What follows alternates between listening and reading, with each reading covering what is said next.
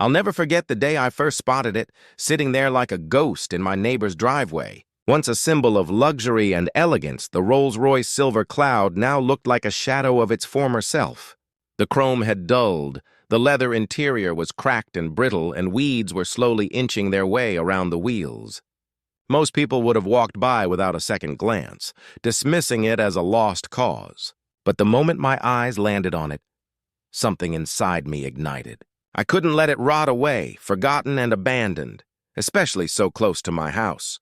Already I was dreaming of the restoration, the glossy white paint, the polished chrome, the unmistakable rumble of that V8 engine waking up after decades of silence. I had no idea what I was stepping into.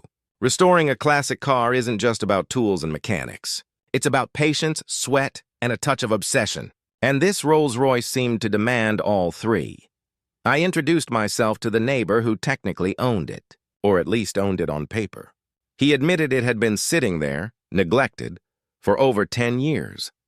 When I asked if I could take a closer look, he shrugged, muttering something about insurance, paperwork, and how it wasn't worth the effort. That was my cue.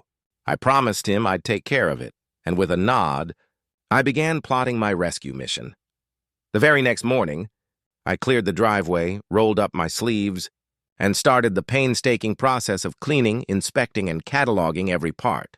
I had no idea which pieces could be revived and which were lost forever. Every bolt I tightened felt like stitching history back together. Every panel I polished revealed a glimmer of its former elegance. The work was exhausting, but there was an odd joy in bringing something once written off as dead back to life. Then, just as I began settling into what I thought would be a quiet passion project, trouble arrived. Not mechanical trouble, not financial trouble, something far scarier. HOA Karen. She was a force of nature in our neighborhood, infamous for intervening in everyone's business and making life miserable over the smallest infractions. And now, apparently, this silver cloud had unknowingly crossed one of her invisible lines. The day she confronted me, clipboard in hand, I realized restoring this car wasn't just about bringing a classic back to life. It was about defending it, and myself. I had no idea then what absurd obstacles she could throw in my path, or just how high the stakes would rise. Restoring this Rolls-Royce would test my patience, my skills, and my nerves like nothing else. I'd face confrontations, bureaucracy, and a neighborly feud straight out of a movie. And it all began with that first glance. A broken car, a spark of hope, and a neighborhood ready to explode. The next morning, I woke with a strange mix of excitement and dread. I couldn't wait to get back to work on the Rolls, yet deep down I knew HOA Karen wouldn't let this restoration proceed quietly. Sure enough, I stepped outside to find her standing at the edge of my driveway, hands on her hips, scanning every inch of my progress like a hawk. She looked as if she had a personal vendetta against polished chrome and gleaming paint. "Do you have a permit for this?" she demanded, clipboard shaking, voice sharp as a razor. "A permit? For cleaning and fixing a car in my own driveway?" I stumbled for words, trying to appease her bureaucratic fury. But Karen wasn't interested in conversation. She was there to assert dominance, and she did it with the precision of a professional. I tried to explain that this wasn't just a car. It was a restoration, a labor of love, a piece of history being brought back to life. She scoffed. "Historical?" she said. "In our HOA? You're creating a visual nuisance." As if peeling paint and weeds personally offended her. That was when it hit me. This wasn't going to be easy. Every step forward would come with a fight.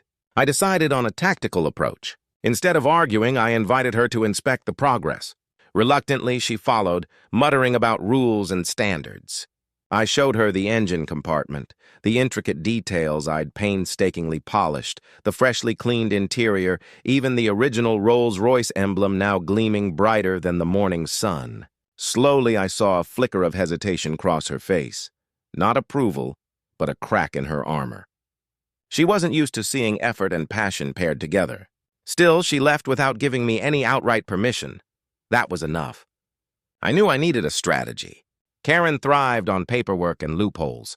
She lived for control. So I dived into the HOA guidelines, dissecting every clause that could either hinder or protect my project. Every time I thought I understood her game, I discovered another layer of absurdity that could derail months of work. Meanwhile, the Rolls-Royce seemed to sense the tension.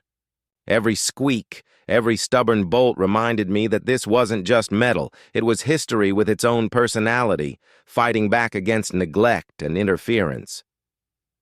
I spent the next several days elbow-deep in engine grease, polishing fenders and replacing parts I wasn't even sure still existed. And as I worked, it became clear that Karen wasn't just challenging me about rules. She was challenging me on ownership, on the right to restore beauty to a space that had long forgotten it. By the time she showed up again, clipboard in hand, I had already installed the first shiny bumper and replaced the cracked headlights. The silver cloud was starting to look alive, and I knew the real battle was just beginning, but I couldn't back down. Over the following week, Karen's visits became almost ritualistic. Every morning, I'd see her peeking over her hedge, arms crossed, evaluating the silver cloud like it was some looming neighborhood threat. I tried to ignore her, focusing on sanding, polishing, and rebuilding. But she had a way of making her presence feel like a storm cloud hovering over the driveway. And just like a storm, she was unpredictable. One moment she'd be quiet. The next she'd march toward me with a printed letter, citing rules I hadn't even known existed. I'll never forget the day she accused me of unauthorized modifications, according to her. Replacing the old, cracked leather seats with restored cream-colored leather violated HOA aesthetics. I stared at her, stunned. "These are authentic replacements," I explained. "They match the original Rolls-Royce specifications from 1960. She shook her head as if facts didn't matter. "Doesn't matter," she said, tapping her clipboard like a judge's gavel. "You need approval." It was at that moment that I realized words alone wouldn't win this battle. Karen thrived on intimidation, on making me doubt my right to work on my own project. I had to be smarter. I started documenting everything. Parts ordered, progress photos, hours spent working, every bolt tightened, every panel polished, every piece of chrome restored, all time-stamped. I wanted to be ready for any HOA hearing she might try to stage. Despite the tension, the silver cloud continued to transform. The engine, once silent and cold, roared to life the first time I turned the key. The leather smelled luxurious again. The paint gleamed in the sun and the chrome sparkled as though the car had been reborn. There was an indescribable satisfaction in seeing years of decay vanish before my eyes. But Karen remained unimpressed, at least for now. Then came the tipping point. She called a neighborhood meeting, insisting that my restoration violated community standards. I showed up with photographs, receipts, and even a short video documenting the entire process.